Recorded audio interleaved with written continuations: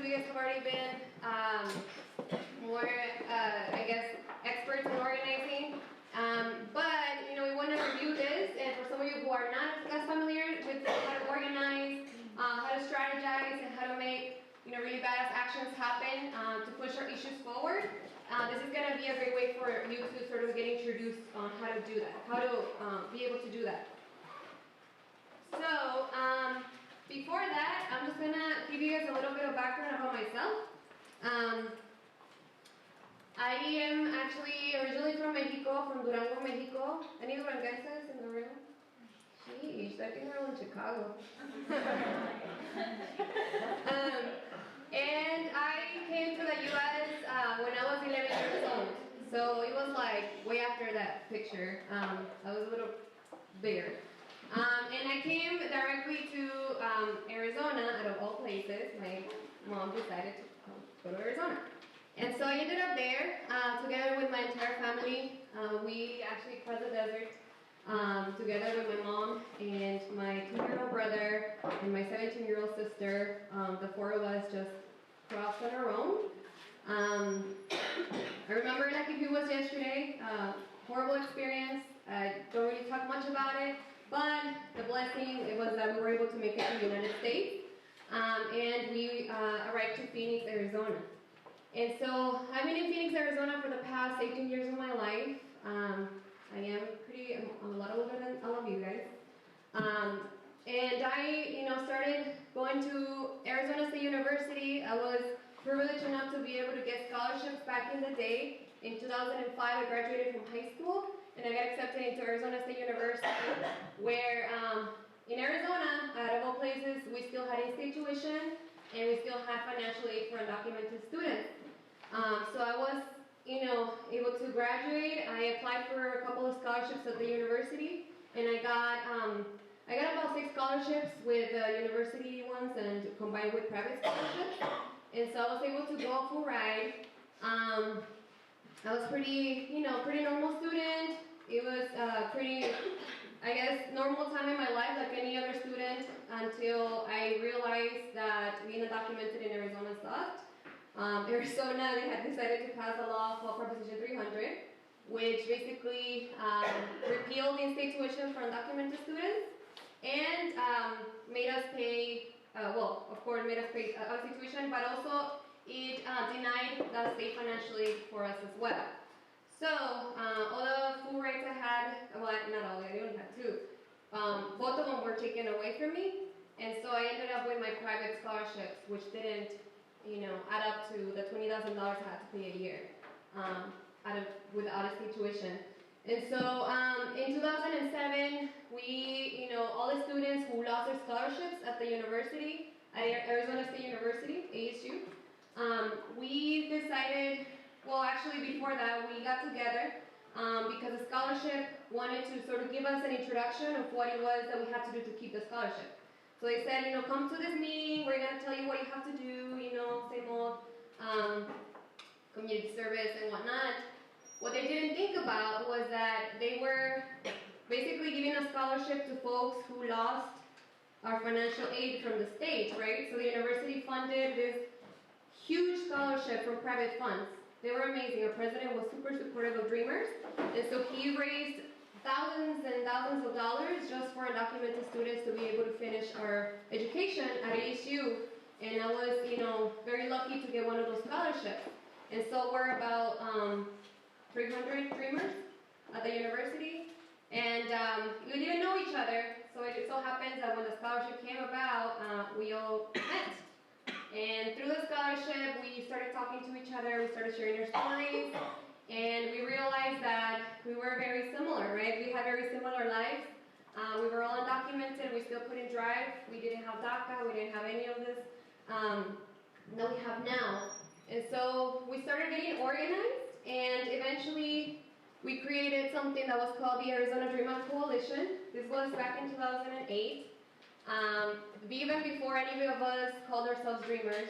Nobody knew what a Dreamer was. Nobody even knew, not a lot of people knew what the Dream Act was back then. And so we started getting organized in Arizona, and eventually we started realizing that Dreamers across the country were also getting organized. But It wasn't really like something that was, how can I say it? We were not talking to each other. It was basically students all across the country organizing their own states, either for in-state tuition or for the DREAM Act, for several different issues. And we decided to eventually come together, Arizona with other different states, and we formed what is called the United We Dream Network back in the day. The very first meeting from the United We Dream Network happened in around 2008, 2009. Arizona didn't go because we were too afraid to travel. But in 2009, we got together again, and that's when we started deciding that we were going to push for the DREAM Act. And so since then, I've been really involved. I've been involved in Arizona and at the national level. And one of my first coming outs, when the whole coming out happened in 2009, was basically I get a call from a friend from Michigan. He said, Mohammed. He calls and he says, do you want to come get arrested in D.C.? I'm like, I've never in my life traveled other than from Mexico to Arizona. What makes you think I'm going to get arrested in D.C.? And he says, well, we have a huge problem. We cannot get Senator Reid to put the DREAM Act up for a vote in the Senate. And this was already 2010. He says, we can't put it up for a vote, so we need to pressure the senator. He's a Democrat, but he doesn't want to put it up for a vote because he doesn't think he has enough votes to pass it. And so he says, we need a lot of pressure. Would you come to D.C. to get arrested with all of us? And so, yeah, I said yes. Why not? Let's go. So that was the very first time. It was actually the second time in the history of the DREAM movement that the students actually made a civil disobedience action for the DREAM Act specifically at the national level. So we all went to Senator Reid's office and we asked Senator Reid, we need you to put the DREAM Act up for a vote. And his answer and the answer of his staff were that they couldn't do it because they didn't have the votes. And we sat there for about 7 hours, and that's what ended up happening. We were taken out, we were arrested. Still, all of us were undocumented at the time. And I think for me, coming back to Arizona after doing that was a huge shift in our organization, right? 2 of us from the organization went to DC and came back, and I think that's when a lot of us really started to understand what it meant to come out of the shadows and what it meant to be unafraid. And as you guys know, the Dreamer movement really grew out of that, right? It grew out of being unafraid, out of being really putting your stories out there so that nobody else could tell the stories for you. So, that's a little bit of my background. I have been organizing now for 6-7 years within the Dreamer movement, and I was able to get DACA. And I wanted to kind of give you guys a little bit of background on how we went from organizing for the DREAM Act and failing we did push Senator Reid with a civil disobedience to put it up for a vote. It failed, and then he put it up for a vote again in December, and it failed again. But after that, we had tons of organizing happening for something called DACA. Well, you all know what is familiar. You guys are all familiar with DACA. And I wanted to kind of give you guys a little bit of background on that, but at the same time, teach you guys what it is, or I guess how we came about and how we started organizing for that, and how we started strategizing for DACA. So you guys need to pay attention because we're going to be doing an exercise, just FYI, so don't fall asleep. Okay, so practices of leadership.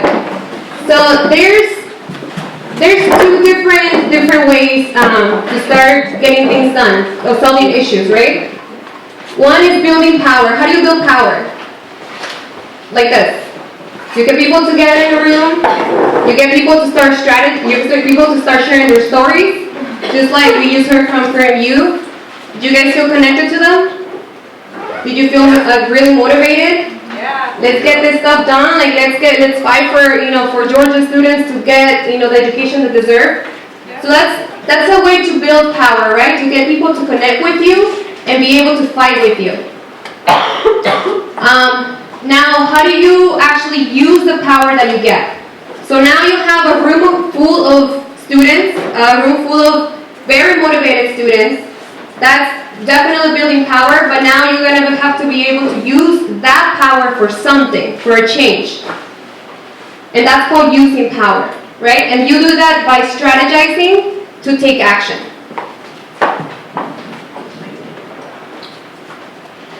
So there's two ways, there's two different parts of our body that we need to use that are very important in organizing. That is your head and your heart. How many of you guys have been in organizations that are all about just sharing stories? So you go and all it is just sharing stories. Okay, there's one person. Okay, which is great. I mean, if you're in a healing circle, perhaps it's great.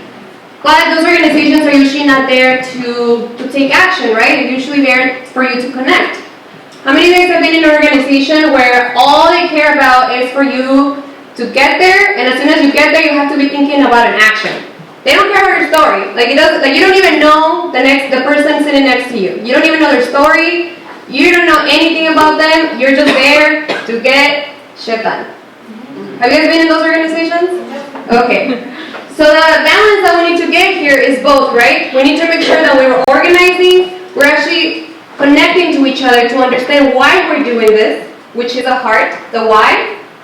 And we need to use our head as well. And that is the how. How we're going to be able to do that. And right now we're going to go over the how. We already went through the why in our last talk, right? So what is strategy? Strategy is turning the resources that you have into the power that you need to get the change that you want. Does that make sense to you folks? We're going to go more into it. So strategy is turning the resources that you have into the power that you need to get the change that you want. So that's what you have, right? These are some of the resources that you may have. So as a collective here, what resources do we have? Just shout it out. Talk on that. Social media, what else? Knowledge, what else? Connection to other doctors. Connections. What else? Experiences. What else do you have? Art. The stories. Invested people. Motivation. Cell phones, that's also a resource. So you guys get what a resource is, right? So what you need to do is turn those resources into power to be able to get to your goal. And it's going to make more sense in a little bit. That is strategy. So who here is a strategist? Everybody is a strategist, right? We strategize every day, every single day. Since the moment we get up, I strategize and see how I can get 5 more minutes. I swear, I open one eye and I'm like, I got 10 minutes. What if I take the other road? Or I could call my boss and say that, my head hurts or something. I don't know. I start strategizing sometimes, and at the end I just get up, right? Because I feel bad for, my boss. So I just get up. But we strategize every single day from the moment we wake up until the moment we start actually going into a meeting to take action. So a mother, an athlete, everybody's a strategist. Okay, so can anybody give me an example of what you have done or how you have strategized today? Anyway, who just got here from the other room? Yeah. We strategized by asking several people and asking them how to get here. Exactly. You started strategizing, okay, I forgot how to get there, right? Getting there was my goal, and I forgot. So now I have to strategize, how am I going to get there? So what are my resources? Well, there's students around me. They're my resources, right? So I'm going to use them. Well, that sounds bad, but I'm going to use the resource that I have to get to my goal, right? Great. Thank you. But what is effective strategizing? So let me tell you what's not effective usually. When you get to a meeting and within 5-10 minutes of the meeting, everybody already realized that you have to have a march. right? Have you guys gone to any of those organizations or meetings where it's like, okay, we need to get in-state tuition, or I don't know, any issue that you want to solve. And you get into the meeting and the first thing that people start telling, you know, I think we're going to get that by doing a march or by doing a sitting. Okay, great, but how did they get there? You know, what is that sitting or what is that march going to accomplish in your cause? And you ask somebody and they're like, I don't know, I mean, I saw it on TV and it worked. But how did they get there, right? What is effective? Okay. So I'm gonna, and this is awesome because I didn't know you guys were gonna connect to Freedom University to the civil rights movement, and I already had this, but basically the civil rights movement, they were amazing at strategizing, and one of the really amazing things that they were doing back then was, you guys familiar with the bus boycotts? Yeah. So the bus boycott, you know, if anybody would just to look at it from outside, they would say, well, people are just, you know, they're just not using the buses, and that's it. You know, that's what they're doing for some reason. But folks who were in the movement, they knew what they were doing. You know, they said, okay, so in order for us to make sure that, you know, that we can actually sit in front of the bus, was that the goal, sit in front of the bus? No? What was the goal? To stop segregation, right? That was the goal. So a lot of folks thought, well, all they want is the bus. All they want is to sit in front of the bus. Why? No, it's not. That wasn't the goal. The goal was to stop segregation, right? They had a goal, and they were using the fact that they had power. What was their power? Sitting. Huh? Sitting on the buses. Sitting on the buses? What else? What was their power? How were they getting in the buses?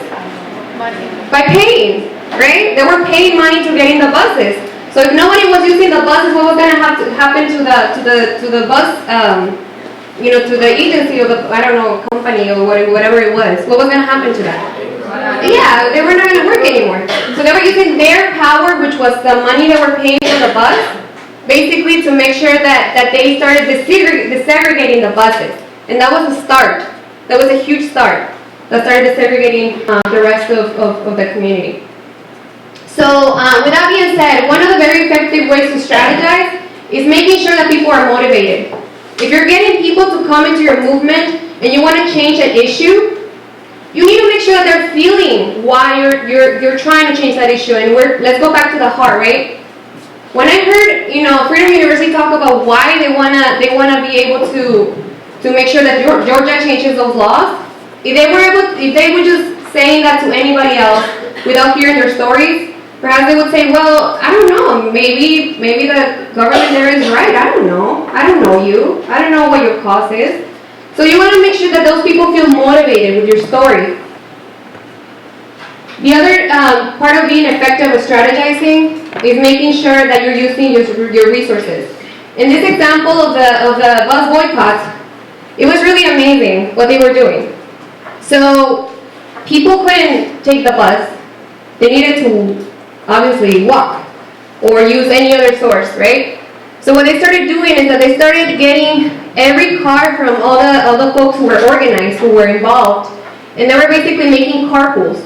So whoever had a car would, you know, make a schedule or when they would go from, you know, place to place, and they would actually get people in those cars to get dropped off at their work if they couldn't walk. So the older folks, people who just couldn't walk.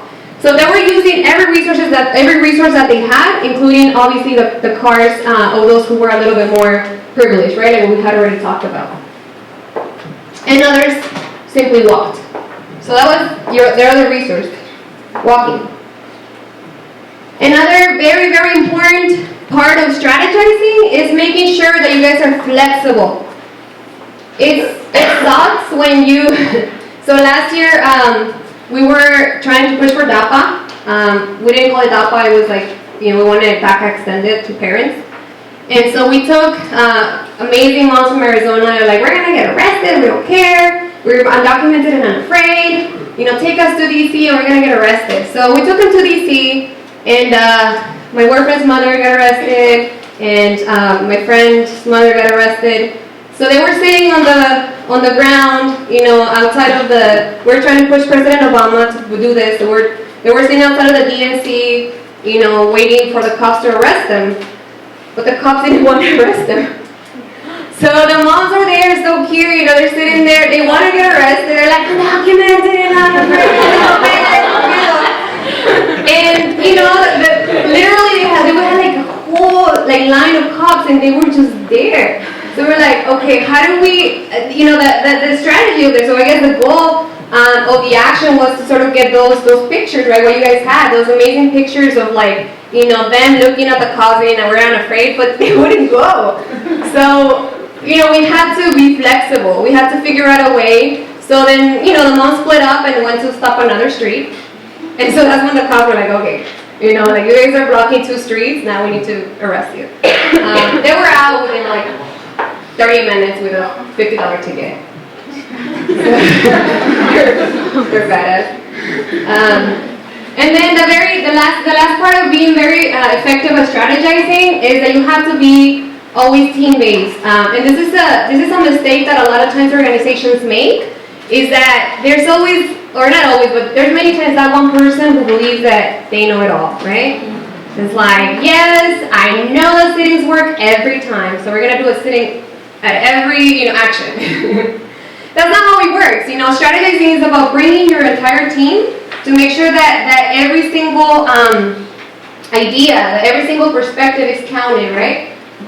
And that's the best way to do it. If not, then might as well just get a person to pass the law by themselves. Okay, so that's the most effective way to strategize. Now, what's the process of strategizing? First, you need to identify who are the people that are involved in this. So the actors and the challenge that you have. In the civil rights movement, in the example that I just put, the actors obviously were, the African American community. There were many more actors, right? But just to keep it simple. And what was their challenge? They wanted, they wanted to segregate the community. Well, the second thing is you have to find a purpose, right? What is your campaign goal? So if you say, again, right, the campaign goal of that movement was not just for the buses to desegregate. Their goal was beyond that. But they understood that, right? And if their goal was just for the buses to desegregate, great. Then that was their goal, right? But you need to figure out what is your goal so that it is attainable. And when you actually attain the goal, then you know that either you're done or you have to keep going. Third, you need to figure out who has the power. So you figured who is your community, the actors. You figure what the challenge is of that community. You figure what the goal is for that community to obtain. Now you have to figure out who has the power to do that. Right? So in the case of the example that I was giving you guys, the power was the government, right? The government of the city that they were trying to desegregate. That was their target. That was the power that they had to change. And you have to figure out who's going to be the people who can change that.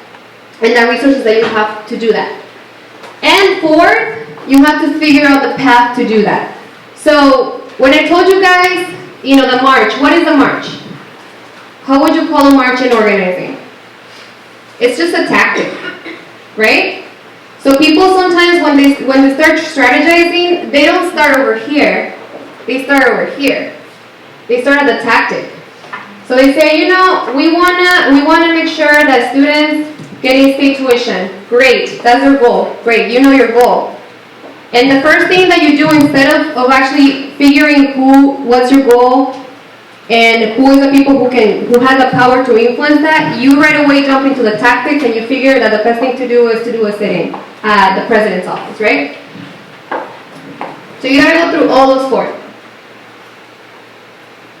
So again, we're gonna put this into actual questions. So who are the people and what is the problem? I already told you guys that.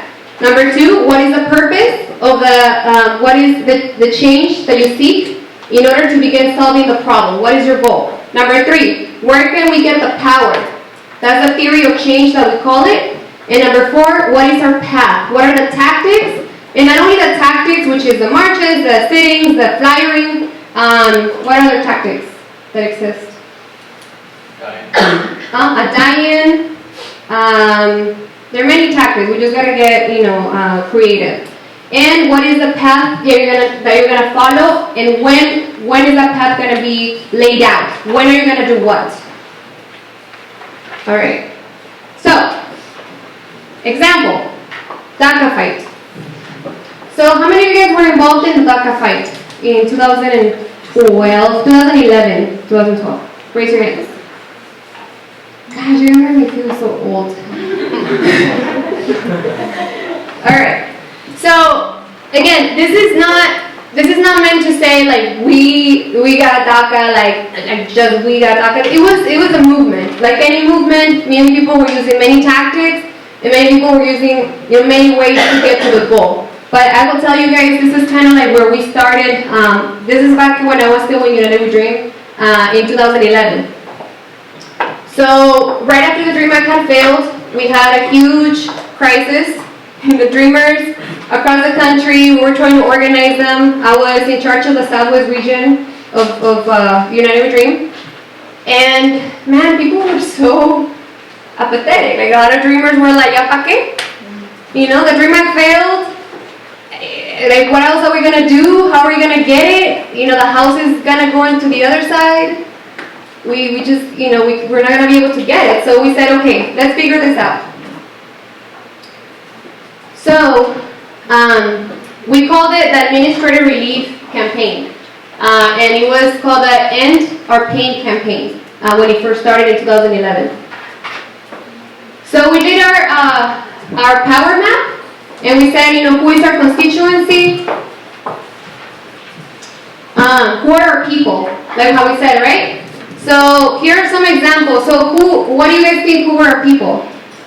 Well, some examples are obviously the Dreamers, the students.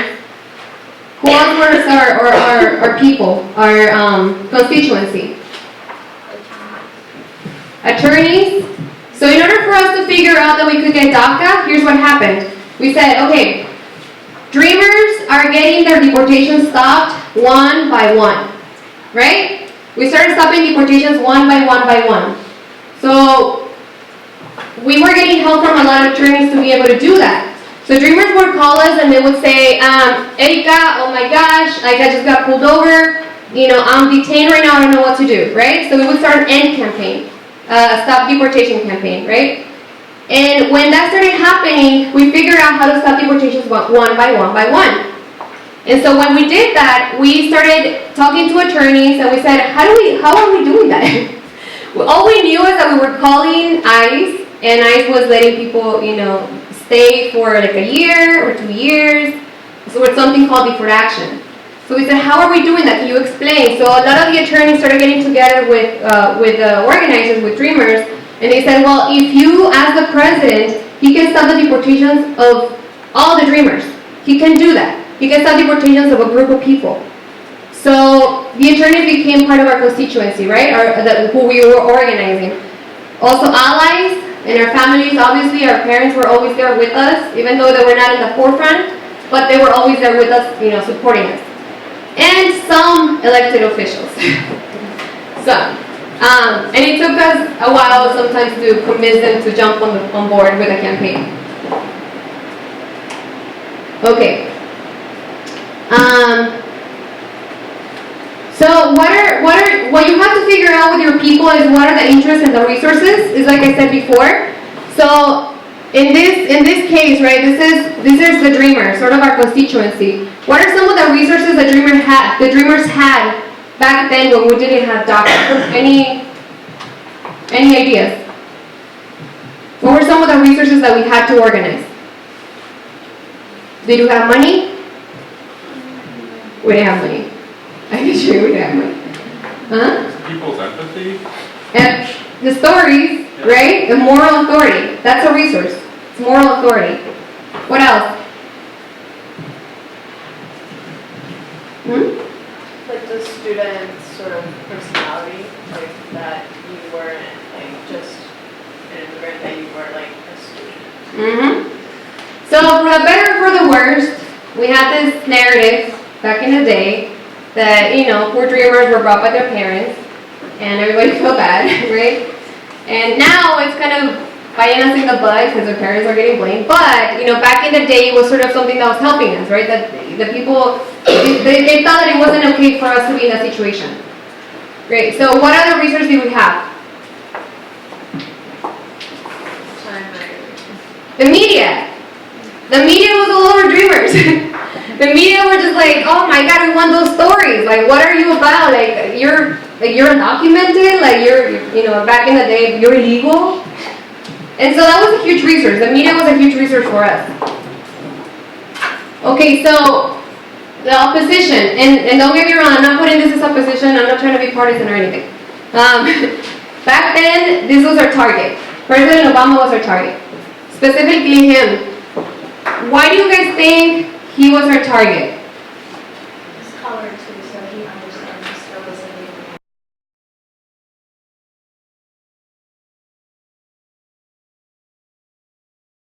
I think that he had more empathy towards dreamers, right? Okay. What else? I think at the time, like, the house was controlled by Republicans.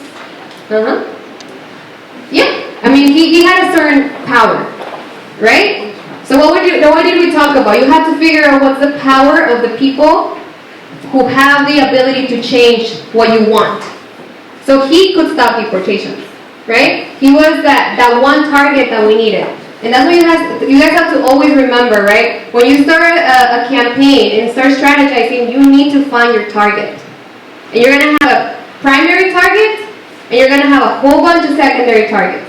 So sometimes you cannot get to your primary target right away, but guess what? There's some people that can really influence them. And in this case, there were many elected officials who could really influence Obama. But who else could influence Obama? 2012.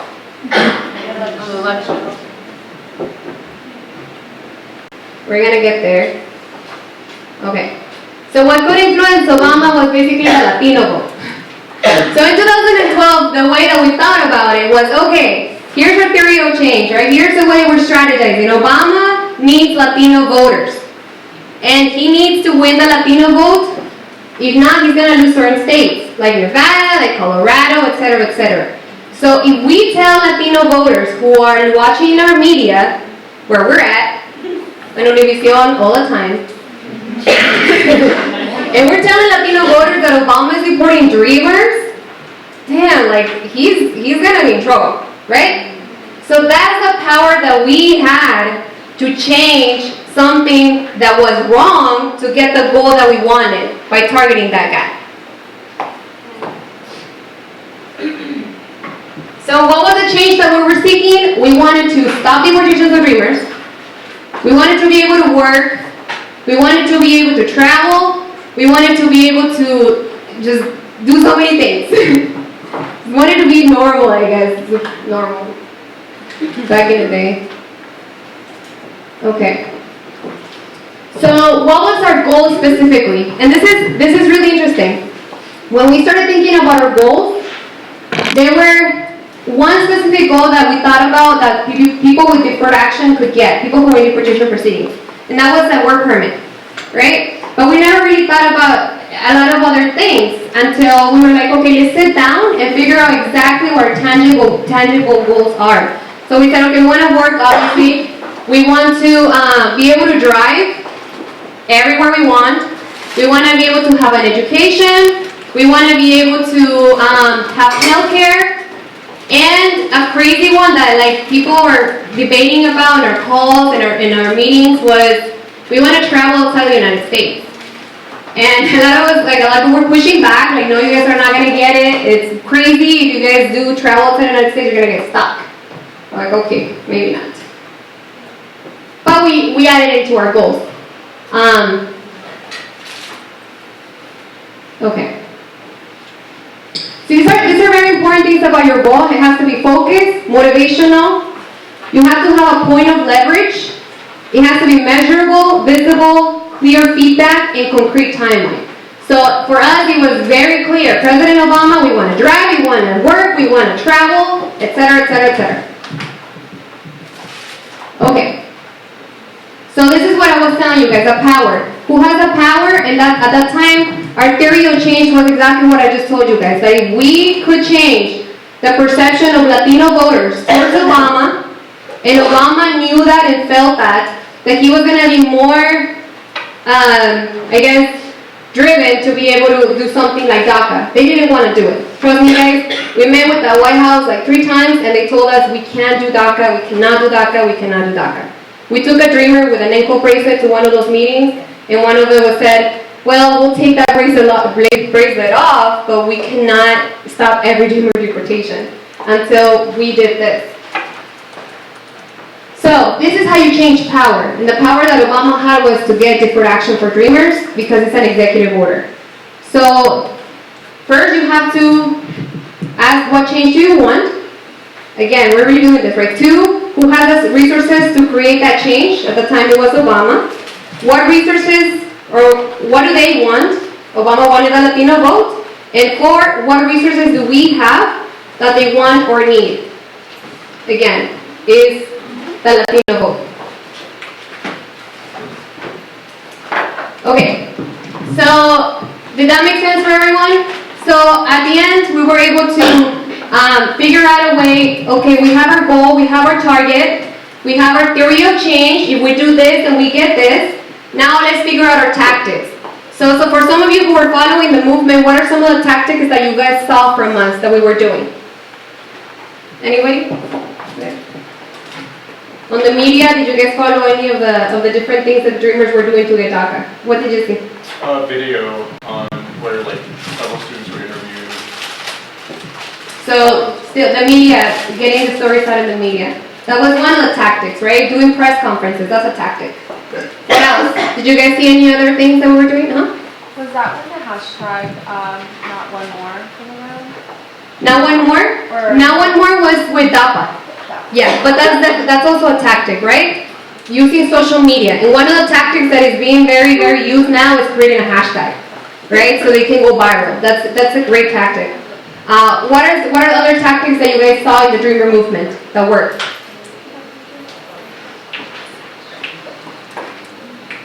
Being disruptive in any way possible. Being disruptive. So we were following Obama everywhere. You guys have no idea. Like, we had a map of everywhere he was going to be. And so as soon as he was going to hit, or he was going to go to a Latino state, we were there. And so what we would do is, I remember in New Jersey, actually, he was in New Jersey giving a speech at a conference of Latinos. And one of the Dreamers infiltrated, there was like 5 of them. They volunteered to the conference, to be, at the conference. And one of the Dreamers started shouting. When Obama said that he couldn't stop deportations of Dreamers, he says, yes, you can. And then all of a sudden, like the rest of the Dreamers, yes, you can, yes. And so the entire audience of Latinos are basically telling President Obama, yes, you can stop deportations. And this was like all over the news. This was like, Latinos are turning against Obama. Oh my God, what's gonna happen, right? And yeah, in 2012, we ended up pushing the president so hard to really think. There was a little cherry on top. Senator Marco Rubio drafted a bill that was for Dreamers back in the day before he thought we shouldn't have DACA.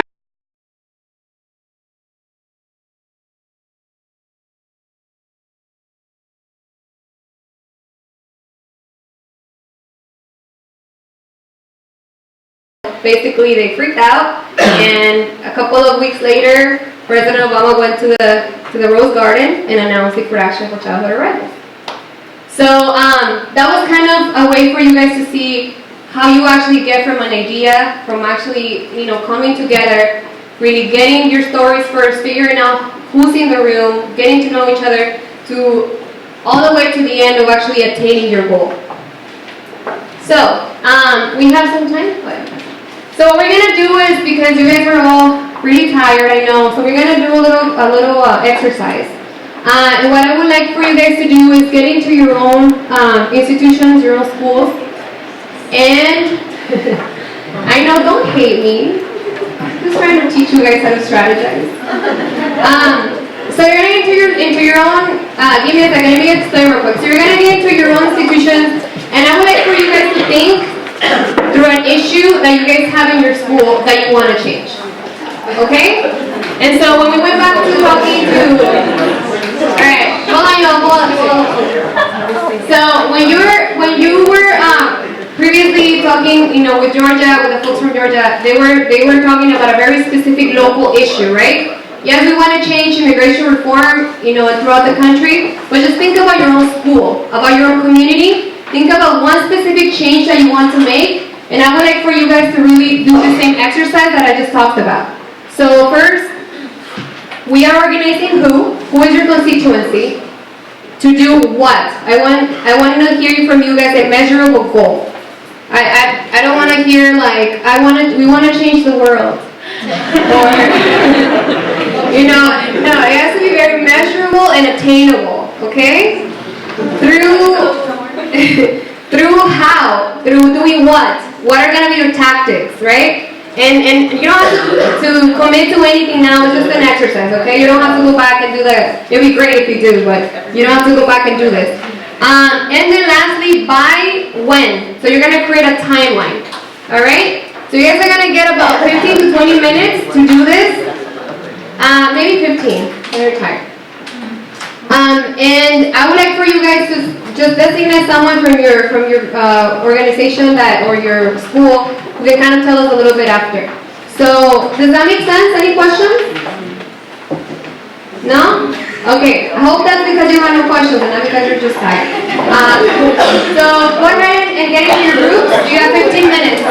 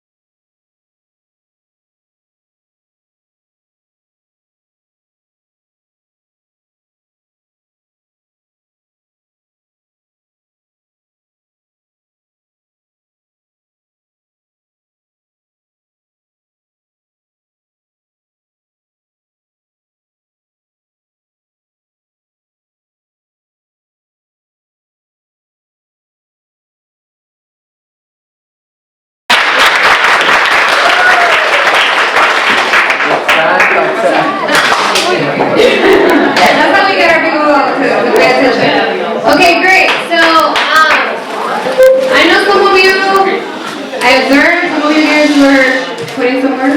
Where you work your candle? Okay. It's late, so I don't blame you. It's so good. So, for those of you who were able to think, oh man. For those of you who were able to think a little bit through this, I would love to hear some of those ideas that you got. It's 9:19, so we got about 10 minutes or less. So who would like to share? Any of your organizations or any of your schools actually thought of some really good timeline tactics? So we're from Providence College. Our school was administration, staff, and allies. And it was inclusiveness, sense of belonging, and awareness. Our how was the sensitivity and safe space training, which will make people knowledgeable and hopefully create more cultural competence. And when by the end of next year. Okay.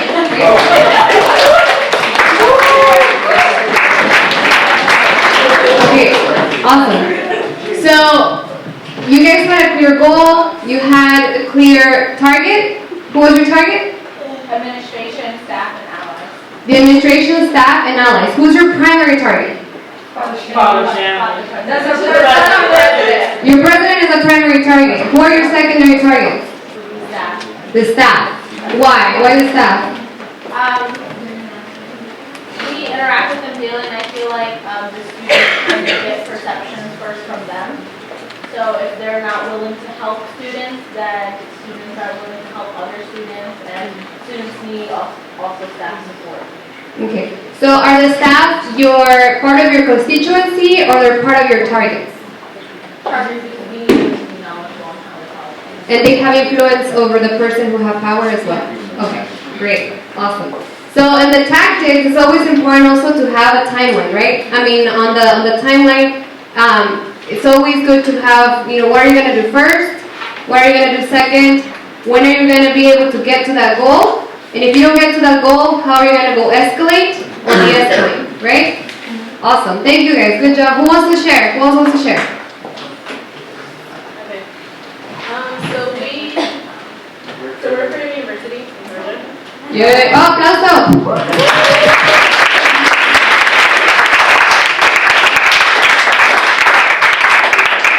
So for who we are organizing, our constituencies, we chose undocumented students, professors at Oglethorpe University, which is the university we chose to target. And to do what? To view undocumented students as domestic students so that we can obtain in-state financial aid. And then through how, what tactics, what do we use? We said doing panels, getting students to write op-eds, create an ally group between undocumented and documented students, using media, like we said, hashtags, we use those a lot too.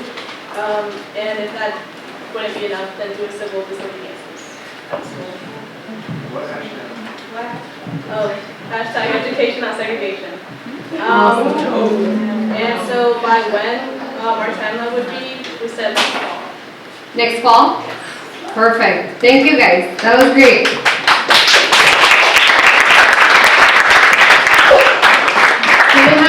Who's your target? Oglethorpe University, so the admissions. The admissions. Who in the admissions has the power? And the dean? Okay. And this is a very important part of your target, right? You have to sometimes do research. You have to be able to identify who has the power. And sometimes it's not the person that is the most likely, right? I don't wake up just. I told you guys I had trouble getting up in the morning. So sometimes the person who has the power is not the person who you think has the power, right? So there's sometimes a politician who you think is the one that has the power. It turns out maybe is the person who gave him money for their campaign who has the power. Or it could be the wife who has the power. You never know.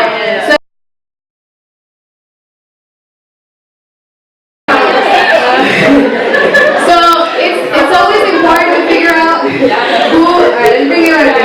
So it's always important to do very, very, in-depth research to see who in the administration, right, is going to have that specific power to make the change that you guys want. And from there, you're gonna have to figure out who are those secondary targets again, where they're gonna push that person.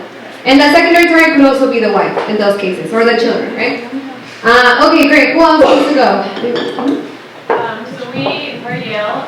We put it into the sentences. It says, we are organizing Yale Corporation and President Salovey to support and advocate for the progression of the Dartmouth court case in the Fifth Circuit through student meetings and discussions with Yale's Office of Federal Relations by Thanksgiving. Awesome. Perfect. So, who's your target?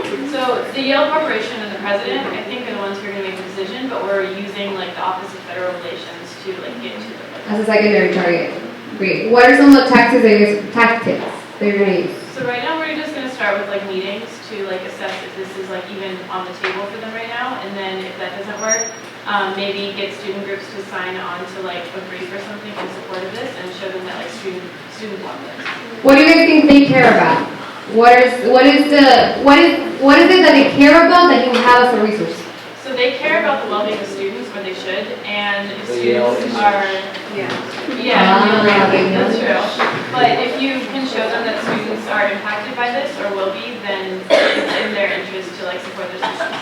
Perfect. So they care about the image, right? And you guys have the resource of your own stories, of your own as a student, to be able to put that name as, we're not as, acá como dicen. Okay, great. Anyone else wants to share? Maybe that we can do the last one. Yeah. So we want our school to advertise the resources more that they have, because they have a lot of resources, and it's really hard to find DACA students in the student body. So we want to target the Office of Financial Aid and the admissions office, and we plan to have meetings with them. One tactic that we want to use with the Office of Admissions is that we're going to call them and pose as students who want to enter the school, and then see if they know the resources that they have, and then if they realize that they don't, then we can start a conversation there. But yeah. Awesome. You guys are great. Well, thank you guys so much for being able to do this. And again, this sounds like common sense, right? It sounds like, who doesn't know this, right? But this is a way to guide you guys, to guide you through how to start making change. Because I can tell you that making change doesn't just come out of just one, somebody didn't just wake up and say, we're going to have to get, the segregation happening in schools, we're going to have to get, every single change that has happened in our history has come out of somebody actually thinking about how to get there, right? And this is a good way for you guys to follow that. I'm not sure if you guys are all in an email or anything, but I will be more than happy to share the PowerPoint presentation. So you guys can, I know. Some of you are already a little bit, so yeah, so when you don't pay attention, you're like, oh, I hope they share the PowerPoint. Right? I want to share it. So I will share the PowerPoint for you all, and again, for all of us, this is personal, right? For a lot of us, this is personal, and I can tell you all that going back to your universities, going back to your states, really try to get this going. Try to think about, if you hadn't thought about it, start getting those student groups to get together. Start thinking of those targets. And some of you who have already campaigns that have already started, please let us know how we can help get to those targets, right? If we can use the Twitter handle, we can use petitions, whatever tactic you use to get to that goal, please let us know, and we're going to be there. So thank you guys so much, and I hope you guys like the presentation, and I will definitely share it with you all. Thank you for being so attentive.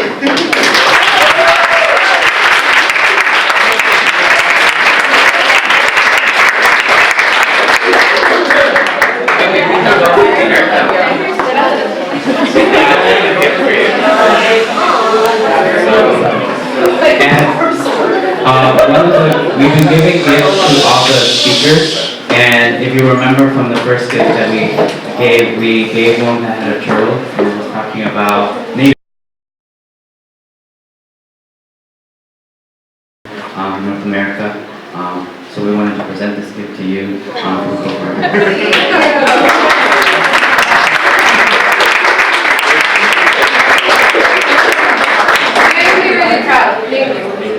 The next event is in Qatar Shabazz, right?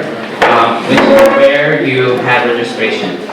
It's close by, just down and then just left. So we can gather our stuff and then we can leave you there. Thank you.